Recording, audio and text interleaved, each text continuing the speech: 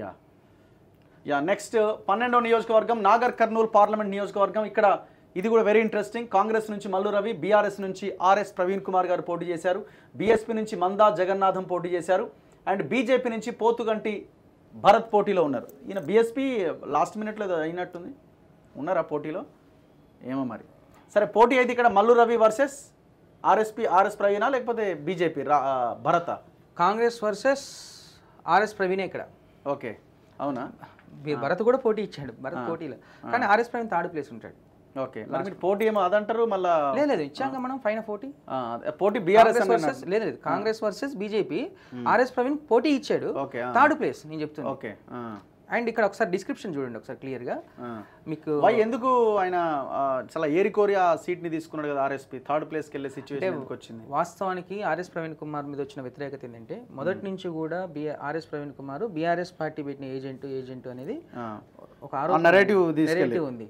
అయితే ఎప్పుడైతే అతను అక్కడ సిర్పూర్లో బీఎస్పీ నుంచి పోటీ చేసి మళ్ళీ తను ఎంపీగా గెలవడం కోసం ఇక్కడ ఇది నాగర్ కర్నూలు నుంచి బీఆర్ఎస్లో చేరి సీటు తెచ్చుకోవడం అనేది అమ్మటి ఆ నెరేషన్ అనేది రియల్ చేసింది. ఓకే అరే ఇదేంటి ఇప్పుడు ఇన్ని రోజులు అనుకుంది వాస్తవం అయిపోయింది, ఇప్పుడు ఈయన కోటేసిన ఒకటే ఏకున్న ఒకటే ఒక ఈక్వేషన్కి అనేది ఓటర్స్ వచ్చారు. అక్కడ మల్లు రవికి మంచి వెయిట్ ఉన్న వ్యక్తి అక్కడ. ఇది నాగర్ కర్నూలు అసెంబ్లీ సెగ్మెంట్స్లో కూడా మన కాంగ్రెస్ హవా చూపించింది మీరు అబ్జర్వ్ చేస్తే. ఓకే అండ్ అక్కడ చూస్తే సో ఇక్కడ ఆయన థర్డ్ ప్లేస్ ఏనా? Third place. ఓకే సో మరి సెకండ్ ప్లేస్ బీజేపీ ఉంటుంది. బీజేపీకి బేసిక్ అక్కడ అంత ఓట్ బ్యాంక్ ఉందా? ఎట్లా వీళ్ళు సెకండ్ ప్లేస్కి రాగలిగినారు? ఎట్లా second RS Praveen Kumar minus BJP place అక్కడ అంతే. సో కాంగ్రెస్ ఈజీగా గెలుస్తుందా?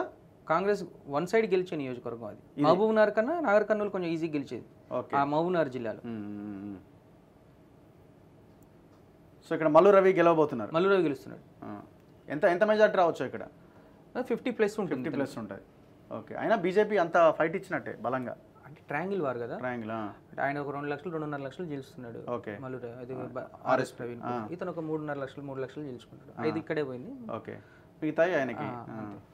యా సో నెక్స్ట్ 13వ నియోజకవర్గం నల్గొండ కాంగ్రెస్ నుంచి రఘువీర్ రెడ్డి జానారెడ్డి కొడుకు, బీఆర్ఎస్ నుంచి కంచర్ల కృష్ణారెడ్డి, బీజేపీ నుంచి శానంపూడి సైదిరెడ్డి. సో ఇక్కడ ఫైట్ ఎవరి మధ్య?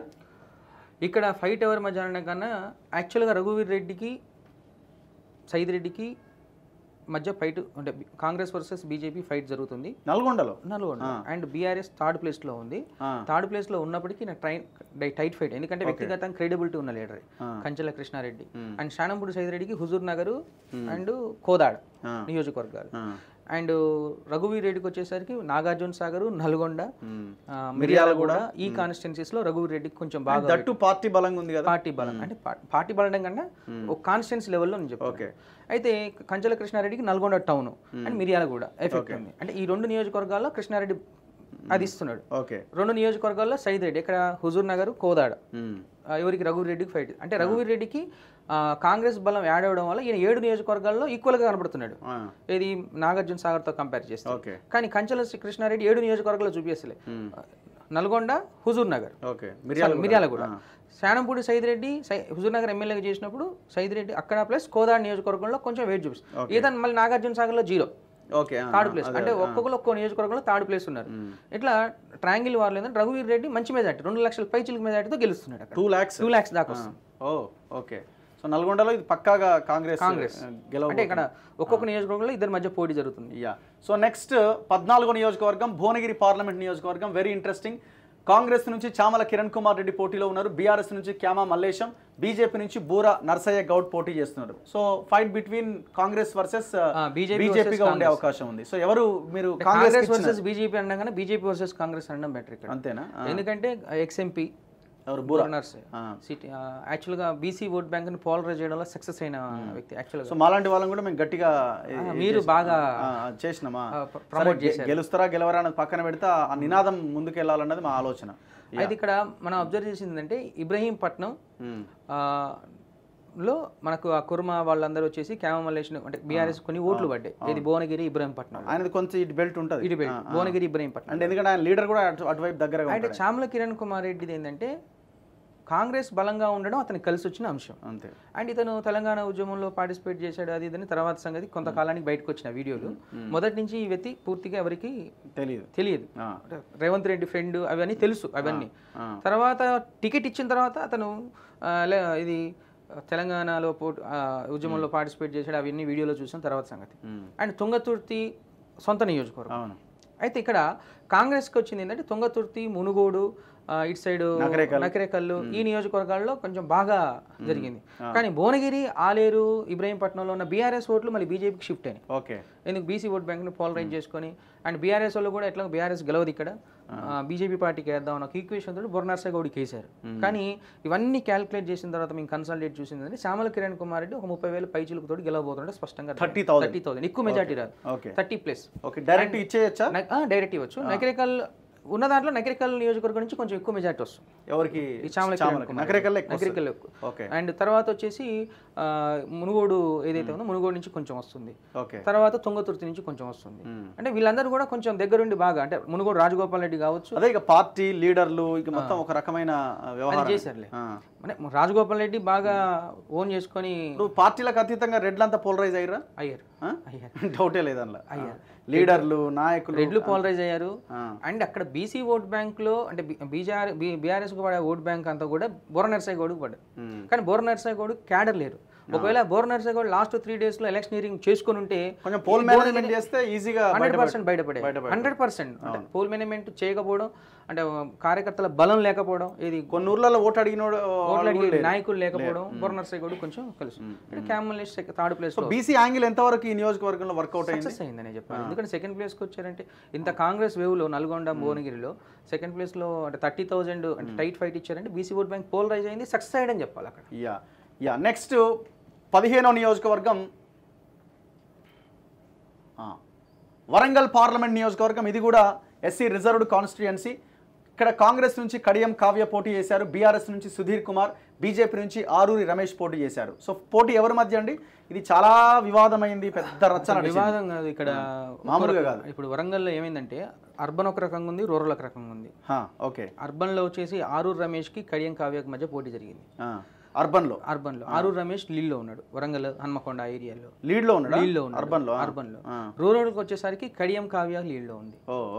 ఎందుకు యాక్చువల్గా ఈ వీడి మీద వ్యతిరేకత ఒక 1 week బాగా సోషల్ మీడియాలో తీసుకొచ్చారు ఇట్లా. కానీ అక్కడ కాంగ్రెస్ కున్న వెయిట్, కొండా సురేఖ వీళ్ళందరూ ఎవరైతే ఉన్నారో ఓన్ చేసుకొని గెలిపించండి అని ఓన్ క్యాంపెయిన్ చేయడం అనేది కావ్య కలిసి వచ్చిన అంశం.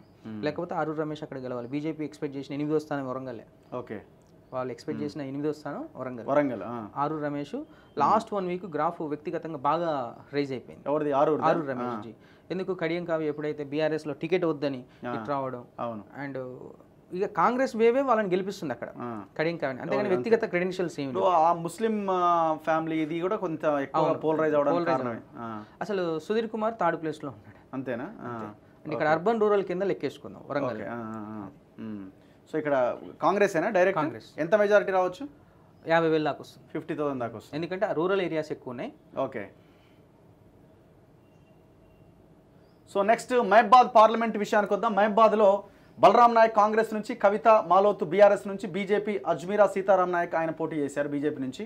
సో ఇక్కడ క్లియర్గా చెప్పొచ్చు ఇది ఎస్టీ రిజర్వ్డ్ నియోజకవర్గం. అయితే ఇక్కడ కవిత మాలోతు గట్టి లీడర్ వాస్తవానికి చెప్పారు. బలరాం నాయక్కి గతంలో ఎక్స్ మినిస్టర్ చేసిన అనుభవం ఇవన్నీ ఉన్నాయి. కానీ అతని మీద కొంత వ్యతిరేకత కూడా ఉంది. ఎందుకు? కొంచెం నోటు దురుసు అవి ఇవి అని ఏదో ఈక్వేషన్స్ ఉన్నాయి. అయినప్పటికీ తెలంగాణలో కాంగ్రెస్ గవర్నమెంట్ ఫామ్ కావడం బలరాం నాయక్కి కలిసి వచ్చింది. ఒకేసారి Congress act. At the same time అన్ని నియోజకవర్గాల్లో ఉన్న ఎమ్మెల్యేలు, కాంగ్రెస్ ఎమ్మెల్యేలు ఎవరైతే ఉన్నారో మహబాద్, డోర్నకల్ అటు సైడ్ ఉన్న ఎమ్మెల్యేలు తన కోసం వాళ్ళంతా ఓన్ చేసుకొని క్యాంపెయిన్ చేశారు. కవితతో కంపేర్ చేస్తే, బీఆర్ఎస్తో కంపేర్ చేస్తే వాళ్ళ ఎలక్షనీరింగ్ బాగా జరిగింది. కాంగ్రెస్ బలరాం నాయక్. రేపు వచ్చే మెజారిటీలో టాప్ 3లో బలరాం నాయక్ ఉంటున్నాడు. ఎంత మెజారిటీ రావచ్చు ఇక్కడ? 2 లక్షల పైచీలకు వస్తుంది. 2 లక్షల పైన వస్తుంది. పోటీ బీఆర్ఎస్ తోనేనా ఇక్కడ? లేదు, మా బీఆర్ఎస్ కవితతోటి. 3rd లో ఉంటుందా? బీజేపీ లేదా? 20-30 వేలు కూడా రావు. అంతేనా? అసలు నేను పెద్ద ప్రచారం కూడా అంత ఇది 20-30 వేలు కూడా రావు అక్కడ. సో ఇక్కడ బలరాం నాయక్ ఎంపీ కాబోతున్నాడు. Next last one. So last నియోజకవర్గం ఖమ్మం. ఖమ్మం పార్లమెంట్ పరిధిలో కాంగ్రెస్ నుంచి రఘురామరెడ్డి పోటీ చేశారు, బీఆర్ఎస్ నుంచి నామా నాగేశ్వరరావు, బీజేపీ నుంచి తాండ్ర వినోదరావు పోటీ చేశారు. సో ఇక్కడ ఎవరి మధ్య ఫైట్? ఇక్కడ ఫైట్ బీఆర్ఎస్ వర్సెస్ కాంగ్రెస్. బీజేపీకి ఇక్కడ ఊహించని ఓట్లు వస్తున్నాయి. ఊహించని ఓట్లు ఎందుకంటే 2019 20,000 వచ్చినాయి. 20,000 కాస్త ఇప్పుడు 1,10,000 దాకా వస్తుంది. ఎవరికి? బీజేపీకి. అండ్ నామనాగేశ్వరరావుకు 2-2.5 లక్షల మధ్యలో ఓటింగ్ అనేది జరుగుతుంది. ఓకే. అండ్ రామస్వామి రఘురామరెడ్డికి సుమారు 6-7 లక్షల ఓటింగ్, అంటే 3 లక్షల పైచిలకు వస్తుంది. ఖమ్మంలో 3 lakhs to 3,10,000 మధ్యలో ఉంటుంది. Okay. The top majority in Telangana Khammam ఉండబోతుంది. ఖమ్మం. అండ్ ఖమ్మంలో కూడా టోటల్ తెలంగాణలో ఉన్న అసెంబ్లీ సెగ్మెంట్స్లో ఎక్కువ మెజారిటీ ఇస్తున్న నియోజకవర్గం కూడా ఇక్కడే ఉంది, పాలేరు. పాలేరు నుంచి 70,000 పైచిలకు వస్తుంది. పాజిటివ్ పాయింట్స్ ఏంటి? ఓన్లీ పార్టీ బలంగా ఉండడమేనా? పార్టీ బలంగా ఉండడం, Ponguleti Srinivas Reddy okay main asset Telangana frame అవ్వడానికి కూడా. ఇక్కడ కమ్మారెడ్డి ఈక్వేషన్ 2 వర్కౌట్ అయినట్టు రఘురామరెడ్డి, అంతే కదా? అట్లే కమ్మారెడ్డి ఈక్వేషన్ సోషల్ ఇంజనీరింగ్ లో సక్సెస్ అయ్యారులేండి. ఇంకోటి ఏంటంటే ఖమ్మం నియోజకవర్గం ఇక్కడ వెంకటేశం వాళ్ళ కూతుర్ని వాళ్ళందరినీ తీసుకెళ్ళి వాళ్ళందరూ ప్రచారం చేయడం అవన్నీ జరిగినాయి. బట్ ఇక్కడ ఏమైందంటే నామనాగేశ్వరరావుకి ఓటు వేయడం ఇష్టం లేని వాళ్ళు వచ్చి ఓటు వేశారు. ఓకే. నామనాగేశ్వరరావుకి ఓటు వేసే వాళ్ళు కమ్మ సామాజిక వర్గం వాళ్ళు ఎవరైతే ఉన్నారో వాళ్ళు పోలింగ్కి రాలేదు. ఓకే. అది అబ్జర్వ్ చేయండి. వాళ్ళు కనుక పోలింగ్కి వచ్చి ఉంటే మెజార్టీ తగ్గే అవకాశం, ఒక 2.5 లక్షల వరకు వచ్చింది. సో మొత్తానికి ఓవరాల్ గా మీరు చెప్తున్న దాని ప్రకారం 9 కాంగ్రెస్, 6 బీజేపీ, 1 ఎంఐఎం, 1 బీఆర్ఎస్. ఆ బీఆర్ఎస్ వస్తుందో రాదో చెప్పలేం. అది రాకపోతే 10 అయితే ఇక్కడ ఇది కాంగ్రెస్ 10 అయితే. సో బీజేపీకి 6 ఫిక్స్డ్. ఓకే. సో 5 లేదా 6 అటు ఇటుగా. సో 7, 8 అవకాశం లేదు. అద్భుతం జరిగింది. వరంగల్ జరిగి ఉండాలి, వరంగల్ రాలేదు. ఓకే. సో ఇంకా అదర్వైజ్ పెద్దగా ఇప్పుడు కేసీఆర్ రోడ్ షోలు ఎందుకు వర్కౌట్ కాలే? పెద్ద ఎత్తున తిరిగింది కదా ఆయన. అంటే ఇప్పుడు తెలంగాణలో ఇంకొక సంవత్సరంలో లోకల్ బాడీ ఎలక్షన్స్ అయిపోయినాక బీఆర్ఎస్ అనేది జీరో అవుతుంది. ఎందుకంటే ఇప్పటికే ఆల్రెడీ మేము గ్రౌండ్లో తిరుగుతున్నప్పుడు మొన్నటిదాకా 5 బంధు ఇవన్నీ పథకాలు తీసుకున్న వాళ్ళు కూడా ఇంకా బీఆర్ఎస్ ఎక్కడదనే స్టేజ్కి వచ్చేసింది. ఓకే. కాంగ్రెస్ బీజేపీ మాట్లాడుకుంటున్నారు. ప్రతిపక్షంలో బీజేపీ ఉండబోతుంది తెలంగాణలో. అంతే అంతే. సో ఈ ఎమ్మెల్సీది ఏమన్నా చేసినారా?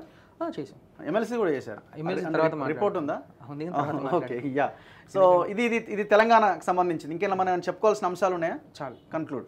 సో 17 నియోజకవర్గాల్లో ఓవరాల్గా 9 నియోజకవర్గాల్లో కాంగ్రెస్, 6 నియోజకవర్గాల్లో బీజేపీ, 1 బీఆర్ఎస్, 1 ఎంఐఎం అంటున్నారు. బీఆర్ఎస్ 0 కూడా రావచ్చు. ఒకవేళ మెదక్లో ఫైట్ అటు ఇటు అయిపోతే అది కాంగ్రెస్కి వస్తే అది కాంగ్రెస్ 9 + 1 10 అవుతుందట. చూడాలి చాణక్య స్ట్రాటజీస్ చెప్పిన సర్వే రిపోర్ట్ ఎంతవరకు కరెక్ట్ అవుద్దన్నది. చూస్తూనే ఉండండి. Thank you very much Mukesh గారు. Thank you very much. So Mukesh గారితో ఇంటర్వ్యూ ఇది. చూస్తూనే ఉండండి మన తొలి వెలుగు.